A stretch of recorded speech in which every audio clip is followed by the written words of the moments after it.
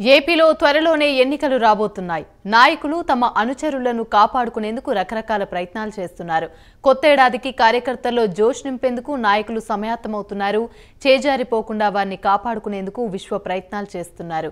ఏ చిన్న పార్టీ అవకాశం వచ్చినా అనుచరులు ఇతర పార్టీలోకి జారుకుంటారేమోనన్న అనుమానంతో జాగ్రత్త పడుతున్నారు.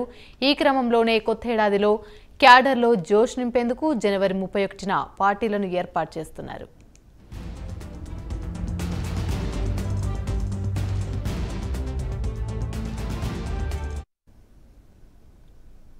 కిర్లంపూడిలోని ముద్రగడ పద్మనాభం ఆత్మీయ సమావేశాన్ని ఏర్పాటు చేశారు. వీరవరంలో మాజీ మంత్రి తోట నరసింహం ప్రత్యేక విందును పెట్టారు.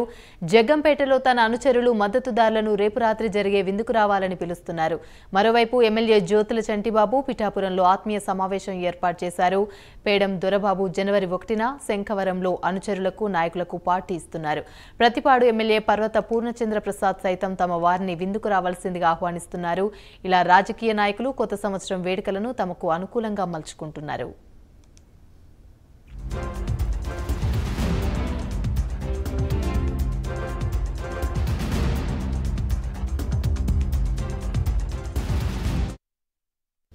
రైట్, ఇక ఇదే అంశానికి సంబంధించి మరిన్ని వివరాలు మా ప్రతినిధి వర్మ అందిస్తారు. వర్మ, చెప్పండి, ఏపీలో త్వరలోనే ఎన్నికలు రాబోతున్నాయి. దీనిలో భాగంగా నాయకులు తమ అనుచరులను కాపాడుకునేందుకైతే రకరకాల ప్రయత్నాలు చేస్తున్నారు. కార్యకర్తలను చేజారిపోకుండా చూసుకునేందుకు వివిధ రకాల ప్రయత్నాలు అయితే చేస్తున్నారు. దీనికి సంబంధించి పూర్తి అప్డేట్స్ ఏంటి? ఏదైతే కొత్త సంవత్సరం ప్రారంభం అలాగే రేపు ఈ పాత సంవత్సరం ముగింపు సందర్భాలను కూడా తమ నియోజకవర్గాల్లో తమ బలం మరొకసారి చాటేందుకు అధిష్టానం దృష్టిలో పడేందుకు అన్ని రాజకీయ పార్టీలకు సంబంధించి నాయకులు బల ప్రదర్శనకు సిద్ధం అయ్యారనే చెప్పుకోవాలి. ఎందుకంటే ఏదైతే జనవరి 1 తారీఖున పూర్తిగా కూడా చాలా మంది ఆత్మీయ సమావేశాల పేరిట ముఖ్యంగా ఉమ్మడి తూర్పుగోదావరి జిల్లాలో గత కొన్ని సంవత్సరాలుగా జనవరి 1ని ఎవరిని కలనటువంటి కాపు ఉద్యమ నేత ముద్రగడ పద్మనాభం కూడా ఆత్మీయ సమావేశం ఏర్పాటు చేశారు. అలాగే జగ్గంపేట నియోజకవర్గానికి చెందిన తోట నరసింహం కూడా ప్రత్యేక విందు ఏర్పాటు చేసిన పరిస్థితులు అయితే ఉన్నాయి.